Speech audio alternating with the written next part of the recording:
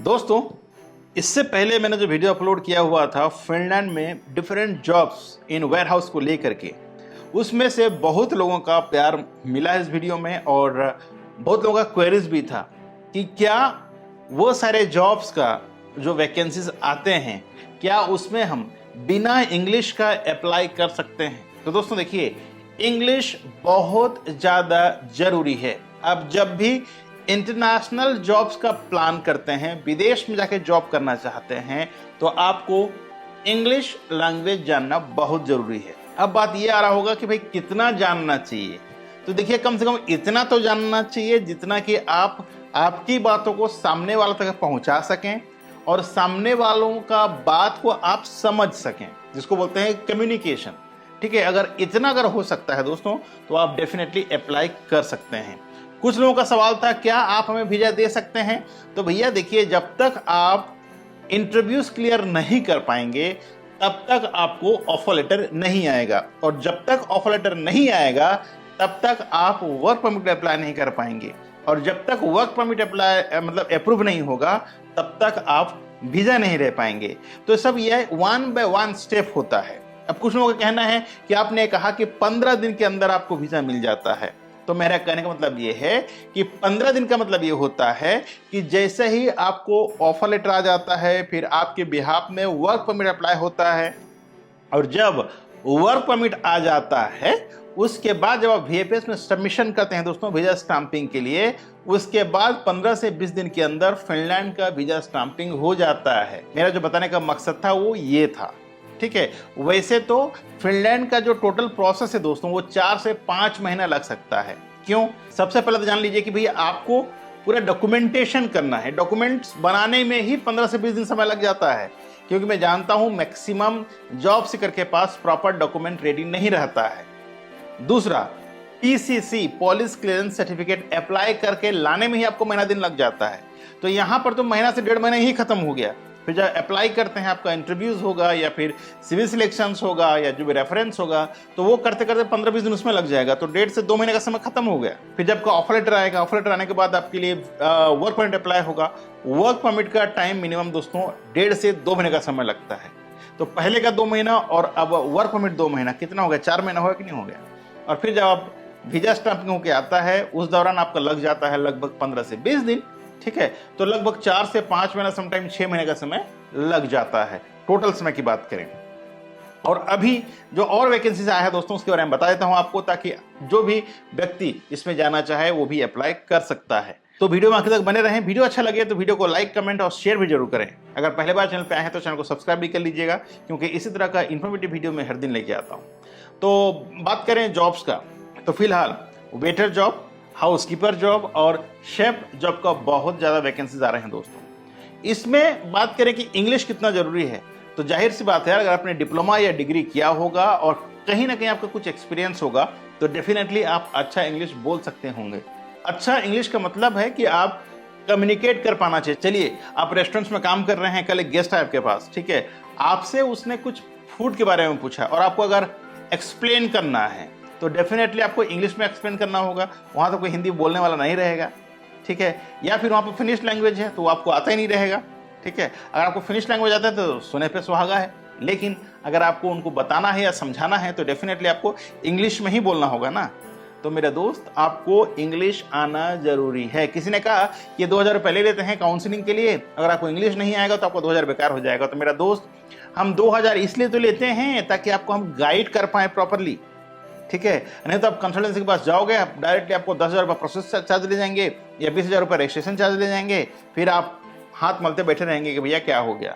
तो पहले आपको समझ में आना है। ठीक है, जैसे आप ट्रैफिक में गाड़ी चलाते हैं मेरा दोस्त, पहले आपको समझ में आना चाहिए ना कि भाई आप जब ट्रैफिक में जाओगे तो आपको ब्रेक मारना आता है कि नहीं आता है, आपको क्लच दबाना आता है कि नहीं आता है, गियर शिफ्ट करना आता है कि नहीं आता है। अब ऐसा तो नहीं है कि आपको कुछ नहीं आता है, आप ट्रैफिक में पहुंच गए, एक्सीडेंट आपका ही होगा ना। तो इसीलिए हमारा मकसद है कि आप लोगों का पैसा हम बचा सकें, आप लोगों को हम जो भी इंफॉर्मेशन है वो प्रॉपर दे सकें।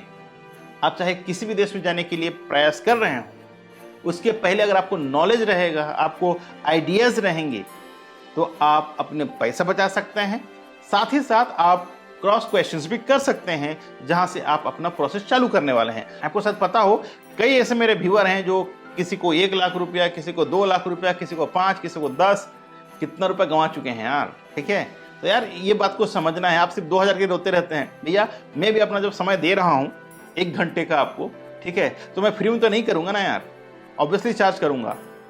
इसके पीछे मेरा कितना स्टाफ है, ऑफिस चार्जेस हैं, ठीक है, रेंटल है, इलेक्ट्रिक बिल है, टेलीफोन बिल है, स्टाफिंग का है, मेंटेनेंस का है, कितना ज़्यादा खर्चा होता है यार। अगर आप अगर हैदराबाद से बिलोंग करते हो, वो भी हाईटेक सिटी जैसे जगह में या फिर मियाँपुर जैसे जगह में, यहाँ आपको पता होगा कि यहाँ का ऑफिस चार्जेस कितना होता है, यहाँ का मेंटेनेंस कितना होता है, सैलरी कितना पे करना होता है, और तमाम तरह के खर्चा हैं। ठीक है, उसमें ITR आ जाता है, उसमें CA का खर्चा है, बहुत सारे खर्चे हैं दोस्तों, जो इतना आसान नहीं है।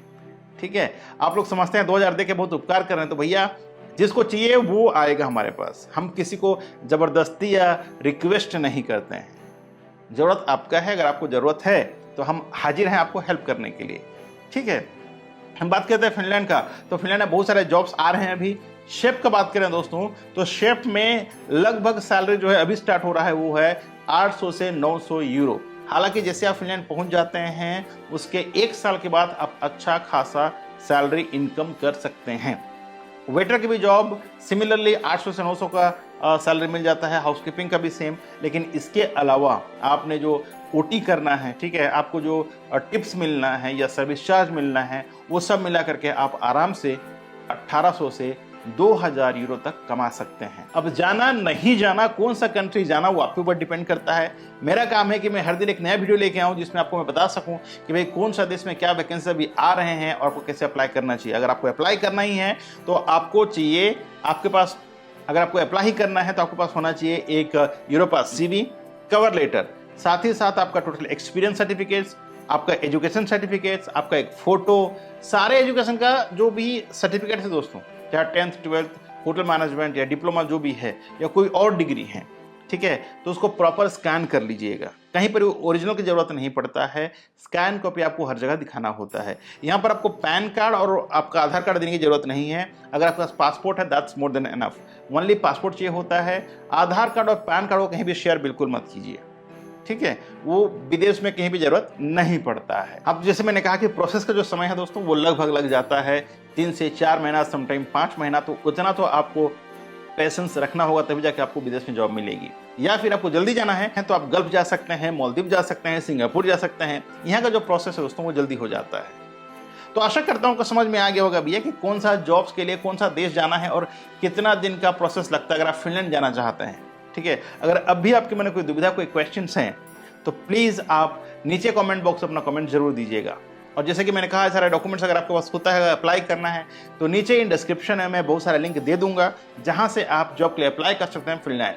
आपको पेशेंस रखना है। अगर आप ऑनलाइन अप्लाई करते हैं तो आपका प्रोसेस 6 महीना से लेकर साल भर तक लग सकता है। लेकिन अगर आप कोई एजेंसी से अप्लाई करते हैं तो आपका जो प्रोसेस है दोस्तों वो 4 से 5 महीने के अंदर होने का आसार रहता है।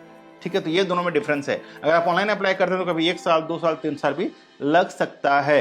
लेकिन ऑनलाइन में आपको ज़्यादा खर्च करने की जरूरत नहीं पड़ेगा। लगभग आपका 1 से 1.5 लाख रुपये खर्चा होगा। लेकिन अगर आपने कोई एजेंसी से अप्लाई किया तो एजेंसी के थ्रू आपको कम से कम 4 से 5 लाख का खर्चा आ जाता है। आशा करता हूँ आपके वीडियो के माध्यम से आपको पूरा समझ में आ गया होगा। अब भी आपको मैंने कोई दुविधा, कोई क्वेश्चन है दोस्तों तो आप मुझे फॉलो कर सकते हैं मेरा इंस्टाग्राम में और DM करें। मैं कोशिश करूंगा आपका सारे सवाल का जवाब जल्द से जल्द देने का। तो आज के बस इतना ही। मिलते हैं एक और नए वीडियो में नए टॉपिक के साथ। तब तक के लिए आप रखें अपना ख्याल और मुझे दी इजाजत। Thank you so much.